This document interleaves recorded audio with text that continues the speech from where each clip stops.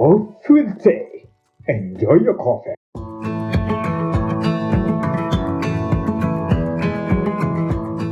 Yeah, welcome back to part B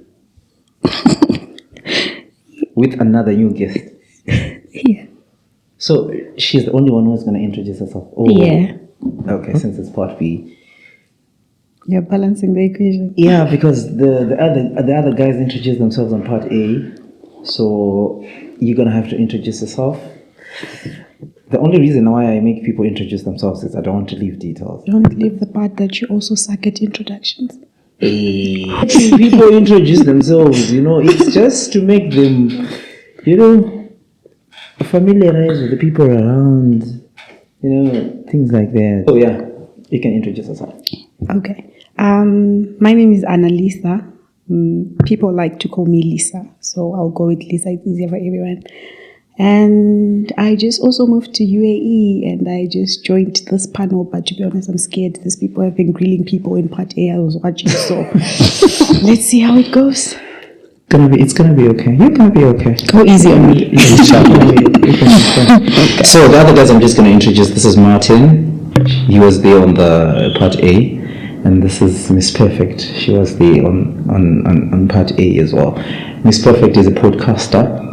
She has her own podcast, Perfect Life.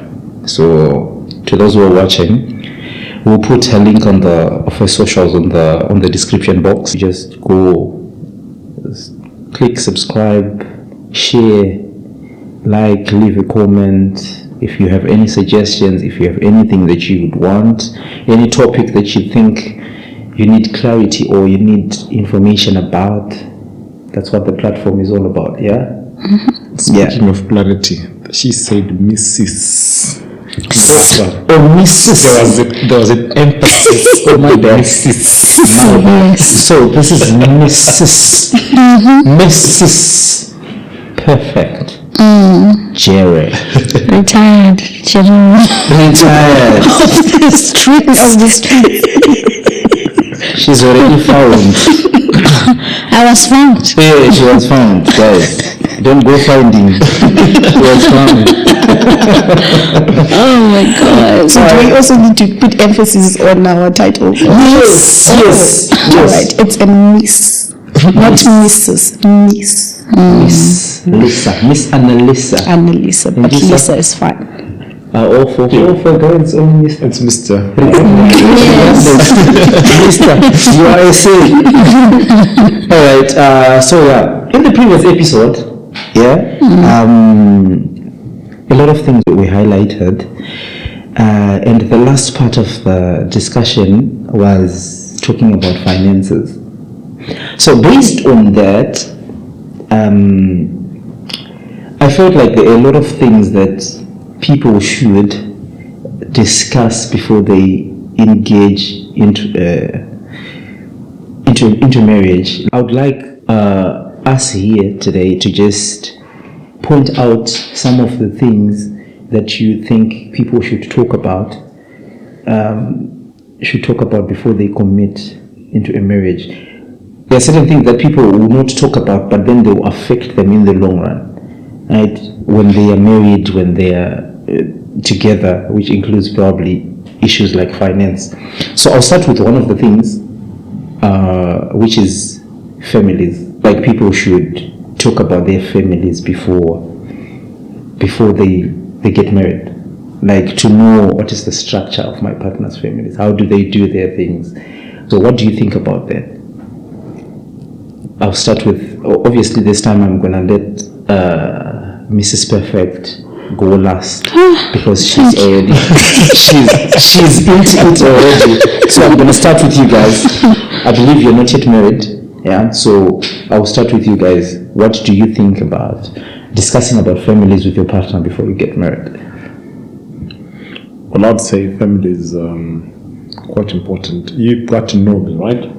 There's some certain attributes that I have, or something that is normal in my family that may not be normal in your family. So you've got to know this before we get to somewhere we'll be committed. I want you have to learn in your family as well. Like we're saying, there's something called black tax. Let's say for whatever reason I'm getting married to my Abibchi from Poland, England. She's white. She doesn't know what black tax is. So she has to understand the dynamics, like, okay, this is how it works back home. We've got some Shona proverbs, or like, do this for a child, they can do it to you later. Whereas for them, it's like, dude, my son for himself. Exactly. They don't even know what extended family is. I'm always laughing with my friends here. My cousins, my uncle's children are not my brothers, they are my cousins.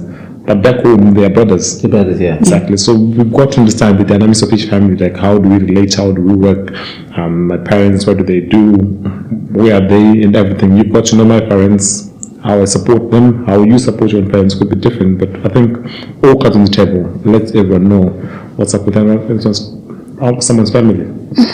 Okay. I personally think before you even get to talk about your families when it comes to finances, you actually need to understand how the person that you're dating manages their finances. Because when you know how they manage their money management, then you get to know that they have black tax, they have bills, they have this, they have that. And then you get to a point where you find maybe Lisa, she earns $100, but then every now and then she wants to go and get a $80 bag. And then the other bills are now lurking. So you also get to understand, okay, this person is earning this much, they can also manage their money up until this. And then you'll be able to understand all the other things like black tax and everything. Obviously, it's conversations that need to be heard. But then as long as you understand their money management skills, then you also understand that they have certain bills that are non-negotiable, like black tax. You know, I need to take care of my mom. It's non-negotiable where I come from. So yeah, that's how I view it. Okay. Then Miss Perfect, you're already in. You're already managing family. Yes. So there's something that I want to say first. You only have your one mom and one dad. Yeah. That's it. Take care of them whilst they're still alive and whilst you can. There is a certain blessing that comes from your parents. And a parent's prayer, I think, it takes you to another level. And I feel like your parents, they are people who can pray for you and really, really mean it. Like, okay, I'm not saying people cannot pray for you, no mean it, but I'm just saying they really, So if they say thank you, God bless you, I don't know, there's just that blessing of a father. The parental blessing on its own. It's very important. Whether you are in a good relationship with your parent or not, just take care of them. And now, moving forward, yes, it's important, like what you said, to really talk about the dynamics of your families, financially, blah, blah, blah, before you get married or in a marriage. Because the thing is now, listen, I get married and then all of a sudden their son stops sending money home. Who are they going to blame? Me, right? Or vice versa. They will blame my husband, like, our daughter used to take care of us, and now what's going on? And maybe his parents may start thinking, so they're sending all the money to the other side. The other side. Maybe we are not even sending any money anyway. So that's very important, and it's important to have like a discussion of, if you are sending every month, just say, okay, this is our minimum that we send.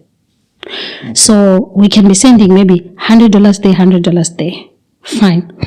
But there'll always be a place where there's more need. So let's send there more. Things like that. It's very subjective. And what I want to say, I think the other ones I mentioned in part A, so please go and watch part A. Yeah. So what I want to say is, now, like me when I was a girl, there is a certain amount that I used to send. Yeah. Like sometimes you'd compromise and almost send so much. But now I can't do it because, we have other extra responsibilities. And of course, now it's a team collaboration and vice versa with my husband as well. Sometimes, I know even you guys be like, as long as I have food in this, the rest, they really need this. Let me send. You know what I mean? So with that can come with the sense of entitlement from our parents, from whoever that we are sending money to. Now they they expect certain figures because once broke your leg and say, just to compromise and send money. So I think when you're almost jumping into that bridge of marriage when you just started, it's your responsibility to inform your side of the family not to be entitled. Yeah. They are not entitled to your money. Thing has been going on for generations. The issue of us growing up with the notion or with the idea that we owe our parents for raising us up. I'm not saying people should not look after their parents, because definitely we cannot repay what they've done for us, right? But at the same time, it should not be a debt. You shouldn't. It should not be a debt. We should provide when we can. Correct. But then now, being African, it's like, it's mandatory that you need to. But can I be honest with you? Sorry to cut you short. I think some of the thing is like kids now, they have to suffer for the mistakes that their parents did. Exactly. Like maybe they failed to invest, or maybe sometimes they were sending everybody to school and they didn't really have extra to save, right? So now they have to live their dream through your money. So now, if you're not careful, it can break a marriage. If you're not careful, someone might start hiding money. Yeah. Like now, why do I have to like build something from scratch that I wasn't part of? Yeah. Things like that. So it also needs the parent, like what I was saying, like you as a girl, you as a guy, sit down with your family and say, listen, now I'm married or I'm getting married. Don't be entitled. Don't start thing with my money on your mind. Like I have my own family to build, I can do when I can, and I can give you what I can, and no entitlement there. Because I think there are people who really are very much entitled. Every month they are waiting, and if you send less, they don't even send any thank you message or anything because this is salary now. It's like, It's expected. Correct. So have those tough conversations before you get into a marriage. And really understand what you're getting into. Because I think if you have this, for me and my husband, we had a conversation. I'm like, listen, this is where I'm coming from. This is what I bring. This is my baggage. What's yours? Let's weigh the bag. Oh, yours is 60 kilos. Mine is 59.9. Oh boy, we almost have the same baggage here. So this is how we're gonna navigate through everything. So I think for us that has worked so far. Thank God, so far. But I think also even the parents they would come to terms with the fact that you're also trying to build your own family. Because remember, you're married, just like them, they were married and then they were raising you guys. So you're also trying to build your family. There's a certain point you're going to also have your kids. Now you even have more bills than the normal person who's just the husband and wife. There's school fees, there's nannies, there's so and so. So I guess at some point you might just be stuck saying, oh, I need to send black tax. But then also they know you have a family to raise. Yeah, so they would understand it. They know, but it's not all of them. No, some people that don't understand. Mrs. has said, you need to have this tough conversation with your family before you even get committed, before you get married, brother. Mom, dad, your brothers, your sisters, whatever, guys, it's going to change. But let's be genuine. From where we come from, we're all from Zimbabwe here. Yeah.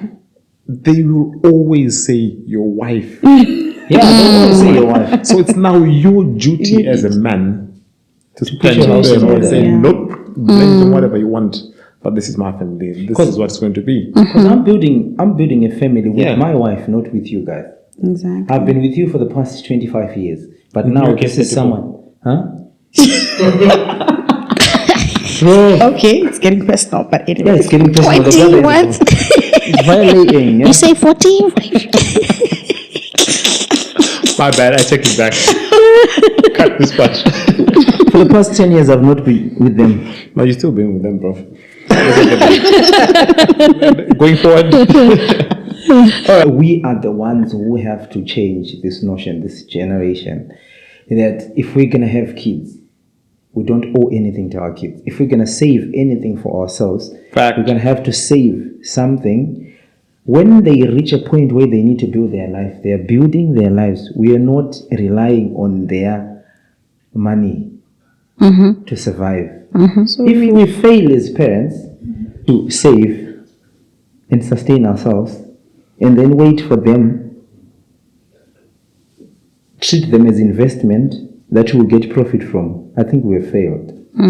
Guys, I'm always looking at this thing, old money, new money things. Do you know there's people who, okay, the whites, let me say it as it is. I've got some friends who are enjoying the savings of their grandparents, not of their parents. yeah. See, it's old money. I'm taking care of myself, and I'm saving for my grandchild, which means this generation here is what generation behind covered. it. Exactly. So I don't have much pressure because I can still be working, taking care of you, and saving for my grandchild. That's okay. If we could master this system as Zimbos, as Africans, as whoever, it's much better. Sadly, our culture determines it this way.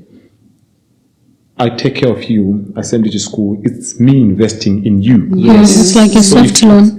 Yes, yes. You need to repay it regardless. Soft loan, cut the soft, hard loan. It's a hard one, yeah. That's what it is. I'm taking care of you. I think we've all heard this. Yeah. I did this for you. I slept under the bridge. I did this. This is how our parents compromise. It's their responsibility, yeah. And it's true. For sure, it is true. But like you're saying, it's up to us to take care of this. Okay, we've learnt better. This model, it used to work. Right now, it doesn't work very well because we've all been exposed to Google. So it works different. We just got to break this cycle. Save for yourself, for everyone else, and for the futures. How nice is it when your grandkids are doing good and they're in your old people's home, you driving your Maserati and your grandkids are with you. Your children, don't worry about them. They're old enough. Invest in them a bit, but let your pension be enjoyed by the grandkids. Done. Yeah, so kind of like just changing the dynamics of things. So moving away from what our parents used to do it. So we invest more, we find other hustles to be able to take care of the next generations. I think that would be... Yeah, because I think our parents also struggled with, like, no inheritance. The only thing they would get is there's this road or stuff. Or when grandfather died, there's this spirit upon you. You waste time casting out that spirit instead of and then that spirit will make you poor. And then the thing is, sometimes we're actually just plain lazy, but because there's those stories of spirits, we're just like there. This is the jacket that your father left you. So we are in the we'll cast out this energy to be going to the next. But on a very tough note, have you ever realized that in our culture, the one thing that ruins siblings is the inheritance? Because we are all looking forward to dad's cars when he dies. Who's going to take the car? Who's going to take the house? Who's going to get the head of cattle? Come on, do your own. But do you know traditionally the logic of inheritance was like the firstborn son was the one entitled to all the inheritance. So what this first child would do then is he would be the one to distribute to the other siblings. Yeah, that's the model. That's how the order was. But there's greed. Huh? Greed. If I'm the firstborn, now I'm greedy. I get this. I've got the power now. Everyone is now bowing down to me. So yeah, that's how it then was. the model itself is okay. It was okay, but Before you distribute, they already eliminate you. Boom. Yeah, that's why they eliminate before eliminate the target. So now, since things have been modernized now, I think it's just good to write your will before you done. Just and what he was saying about greed, I actually have a story. I'm just going to say these people that I know, no names. So the parents died, right? The mom was first and then the dad second. So he had like two houses, but then the first one, he sold it with the second wife now. So that was gone already. Then he bought another one. The first one was very much okay, like financially. He was very much okay financially. But then now he was now trying to build his own family with his wife. And then he had the house now that was left, he was part of it. And then there's like three other boys there. and then like two other ladies there to share. So it's like we're talking about how many? Like 7 people, like 7 kids. So now the consent was supposed to come from the last born. He was the last signature to sign off on everything. What he did, he was very much okay. Those other kids were living in that same house. This was their accommodation, to say. But he went out and then he kind of like made everyone come to an agreement to sell the house. The other kids are still staying there. He was very much okay with his wife. They sold the house. Now the other 4, the younger ones, they don't have accommodation. They now need to go and rent somewhere else. He takes the part of the money. He goes and buys his own stand. And then now they're building. So it's very controversial, because at the end of the day, everyone wants to gain from there. But then now forgetting that those other kids still need accommodation. So I think if you only invest for yourself, it saves a whole lot of trouble. And for your own grandkids and whatever generation that is going to come, for yourself, it makes so much sense. Because if you now say, okay, we're going to wait for your money, and then your brother is also waiting for your money, and then your sister, that's a disaster. It still stands as an issue to do with poverty. Poverty. What poverty has done in our African continent is just bad. Most of the things are just for, as long as I've eaten, as long as my family is certain, everyone else doesn't matter. I mean, the world is like that, but when you have, you don't really need to be that greedy. Because if you have, you'll be like, I still have 5 of my houses, so why should I bother? No, I think it's just being lazy. Downright lazy. Like, I'm waiting for dad to die to inherit this house. You're just being lazy. Get out. Yeah. Get off your behind. Work for your own house. Done. It's that easy. Okay, question to Mrs. Jada. It's quite safe, don't worry. Okay. It's okay. Speaking of investments, as a couple, as a married couple, let's say this is Martin. He believes in saving money in the bank account. I want to see my figures, right? Then comes X, who's getting married to Martin, who believes that, seeing figures doesn't help much. Let's do investments. Me being Martin now, I'm not safe. I'm not comfortable with investments. What if they fall down? We're married. What do we do now? Now you have to come to an agreement. As much as it's of course sad, like, right, everyone has their different opinions, but at the end of the day, you really need to sit down, do the pros and cons, SWOT analysis, whatever you name it. Take time, because no need to rush, and then come to a final decision based on priority. Create a priority list. Like, okay, you are saying you want to save money and just see the money in the bank. Is there any devaluation of the currency that might happen in the next 2 years, 1 year? Okay, how maybe just having that money there, can we put it somewhere in an account where it can grow? Maybe a Swiss account, whatever. Yes, you want the figures, you can see your figures, baby, somewhere else. Or should we do a land? Maybe I believe in having a land, small house, then we can have like people who rent, and this is much that you can be getting from that, and these are the returns, something like that. For me, we tried to do something before we lost some money. It was a learning curve, because we agreed, both of us. I did not say, babe, I knew it. I told you. I told you. We lost money and we both laughed. We're like, you know what? It's a learning curve. It's not a human being. It's money. We'll make money again. Money is seasonal. Right now, we have a business that you're doing. Some months are great, some are not, and that's the dynamics of business. MBA has never, nobody will confront anyone and say, hey, this is what I said. No, but that's just the dynamics of a relationship, I guess. So I think you really have to have a conversation. Be also ready to have uncomfortable truths. Like, I don't think this is the right time. Even if it's your guy, I might, like, babe, I don't think this is it because of these are the reasons. And then you might also come back and say, not now because these are the reasons. So I think you just have to communicate. Correct. And I think in a relationship, you always have someone who is strong in a certain area. Yeah. So, your partner is strong in this area, the other one is stronger in that other areas, like that. So you kind of like take a back seat where you know you are a weaker person, and then let the other one lead. Not just bash it because I'm the man. Even if you know nothing, you know what I mean, or you don't really, or maybe like, no, because I have to support. I'm the woman. No, sometimes you just take a back seat and chill. But if you lose, it's not anyone's fault. I think it's both exactly. It's ours. We made this decision. I think one thing that most people fail, as I've seen, is they say, "I told you."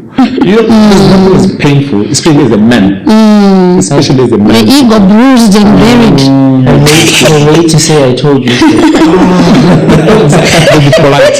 I told you so, but that's what I. Oh, come on, please. We have. It's much more for we. Fine, as you're saying, let's keep it in currency. I can honestly see the figures. Currency devalues. The next thing you know, boom. The money is drop value. We're looking at it, and I'm going to say, "I told you so." So I think if we just put this line, this "I told you so," off the dictionary, it's much better. Only unless if your wife says or girlfriend suspects that female friend of yours likes you, and you proceed to talk to her, she will come back and say, "I told you so." Anyway, So I wanted to ask, you mentioned something about knowing your strong points in relationships. So say if you're good with money and then the other one. So do you also, how does it work for you? Do you also believe in like, okay, just sitting down saying, okay, I'm strong here, I'm strong there, and then you kind of like break them off. You do your strong parts and then you can always meet together, or how do you do it? no, you still do your strong part together, but you kind of like take the lead. Initiative. You initiate, and then you're like, this is where we are, but this, that. So yeah, I think that's how it is. Because I think if you now start to say, sorry, like this is my strong point, so I'm gonna do it separate, then there's that disconnection. Okay. There's no teamwork there. How about you teach me as well? I'll be a student. Oh yeah. Also that. Okay, I think I need to start opening a master class, a Zoom session, and I'll be charging. Maybe you might get in a word guys. sooner. No, you guys, now you're making me feel like I know a lot. I know nothing. Yeah, but you're in a situation that we're not, so at least you give us some more insight on those things. No, what's important is you having Bruce now my husband in the next episode, and ask him if he's happy. Maybe he's not. He's miserable. If he's wise, he won't say nothing. If he's wise, yeah. You'll be like, man, I'm struggling. I'm suffering. But well, yeah, it's an interesting conversation. It's always good to have people in different dynamics, different situations in life. It enlightens. It helps, especially the single people, So does that mean we're expecting a wedding soon from you guys? Maybe in the next episode. Yeah, maybe in the next episode we'll be speaking of different things. Just to wrap up, I don't know if I should give Miss Perfect, or I should say, okay, let me just open it to everyone. I just want each one of us, excluding me, of course, each one, Why are you excluding yourself? to tell us two things, apart from what we spoke about, family and finances. Two things that you think are very important to be discussed before you engage into a marriage or into a commitment. Can I start? Yes, please. Okay. I think before you get into a commitment, you need to understand the person that you're getting into it. Because sometimes people can mistake liking someone from love or infatuation from love. So I think to really understand the mindset of the person that you're dating, that will save you from a lot of unnecessary fights or like a lot of unnecessary disputes, because now you understand, okay, Lisa likes this, she doesn't like that. It also brings me to communication, because the only way you can be able to understand another person is when you communicate it between the two of you. It's been emphasized. I love to. That's how you get to know people. How are you going to get to know me if I don't talk to you or communicate with you? There is no way. So yeah, you're not a magician, are you? Yeah. Yeah. And then the second one. Oh, Yeah. This was one point. Exactly. And then the So second one. no, She that said it is communication And that knowing will the person. enable you to know the person. So you okay. actually need So to you know. need to know the person, and then And being the way able for to you to do that, communicate. obviously, you're gonna have to communicate it. Okay. Mr. Martin. What was the question again? Things I need to ask.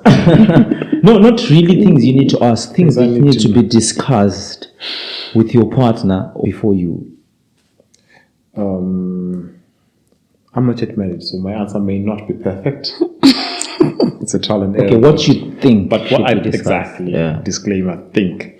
I think you need to discuss where you want to be in life before you even get to commit to someone. Because I want to go west, you want to go east. Yeah, we both are right in our own ways, but let's have a genuine understanding of where you want to be and how you want to get there. Though the how you want to get there part is something quite tricky as well. Because I've got my way, you've got your way. But if we've got the common destination, then I think how we get there is a journey. Eventually we'll get there, inshallah. Inshallah. I think, common goals, common destination. I think the other thing that needs to be discussed is weaknesses. Okay. Let me know your weaknesses. I'll tell you my weaknesses. I'm always about self-growth. Is it only weaknesses or weaknesses and strength? And strength. No, strength, I think we hit the hammer on that one. Okay. Weaknesses as well. I'm all about self-development. I want to know my toxic traits and learn from them and be a better person. You can't be the same person you were tomorrow as you are today. Learn something, teach something. So if I know your weaknesses, I know your toxic traits, then I know how to tolerate you, how to handle you, how to be used to you, and how to help you become a better person at the end of the day. Or how to leave you. Even better, yes. How to leave you as well. Walk away as fast as you can. Yes. All right. That's interesting. Can you please validate what we've been saying? It could have been trashed. You can No. 100% I agree. thank you. 100% I agree with what you guys said. The amazing points. Have you been married before? People might have been You never know. in the previous life. So the question was, what are the two things that you think people should discuss before engaging into a commitment or into a marriage? I feel like you guys have already said everything. I'm on the right track. I think to discuss how to run their own. I'm sorry to say, but I don't think I would have been married if my husband was a traditional man. I can't handle a traditional man. Okay. Where I have to cook when he wants me to cook. And I'm not saying those who are married traditional men, there's nothing wrong with that. If you can handle, that's okay. But I'm just saying just the dynamics of how a home is run, or how we should, how to run our home. I think because it can be frustrating. I don't know how to put that across, guys, but I'm just saying get to know your person. If your person is really someone that you see yourself really living with. Because dating when you're not living together is different from when you're living with someone. You might even be depressed, and it's a different ball game altogether. You might be, if you feel like you're living with a 1-year-old, some people they're throwing their clothes on the floor and picking as if it's just a mess. So that's what I'm saying. For me, I don't think it would have worked because I wouldn't tolerate that. For me, that's a deal breaker because I can't babysit. Amen. Babysit. Yeah, there's some things that we don't have to even have a conversation. We have a laundry basket, put your clothes in, things like that. Common sense, exactly. And then I think the other thing, you guys have said all the great points. I'm just trying to think things that you need to. Finances, we spoke about finances. What else? Oh my God. I don't even know right now. Faith, church, because I feel like you really need to talk about that as well, especially whether you're in the same church and beliefs. Beliefs. That's very sensitive. So That's that. Wow, this was wonderful. So I guess that's a wrap of part B. Yeah. See you again on the next episode. Okay, thank you for having us. Thank you for having Thank you us. for It having was us, lovely. Bye. Where's the coffee? Bye.